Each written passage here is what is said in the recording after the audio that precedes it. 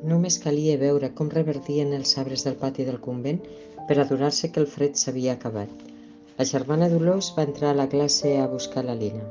Recolzada al pupitre, absorta amb la mirada cap a la finestra, la petita guaitava com els núvols flonxos suraven lliures. Una remor de xiu-xiuejos es va enlairar a l'aula quan la monja va demanar a la Lina que l'acompanyés. Totes les internes sabien que no s'anava al despatx de la superiora per qualsevol fotessa. La nena es va palpar la butxaca estripada de la bata grisa i va témer que fos aquell descosit el motiu pel qual volien renyar-la.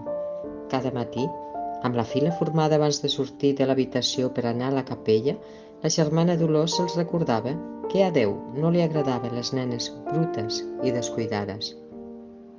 «Jo no tinc la culpa», va pensar, mirant-se de nou la butxaca que li havien esgarrinxat una estrebada quan jugava al pati a fet i amagar. Agafada de la mà de la germana Dolors, travessava el passadís amb cura de no trepitjar les separacions de les rajoles. Segons la seva amiga Sisca, fer-ho portava mala sort.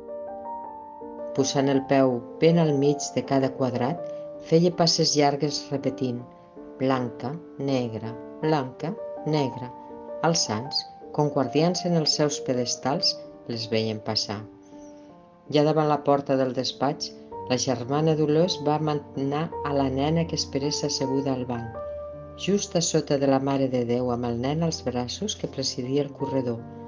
Tot assenyalant la imatge amb la mirada, va afegir «Porta't bé, ella et vigila». La Lina va mirar aquella Verge Maria que li agradava tant i després es va pujar els mitjons. La goma fluixa feia que sempre els dugués abaixats. S'havia quedat sola al passadís i el silenci era absolut. Mentrestant, a dins del despatx, la germana Dolors i la superiora parlaven del futur de la nena.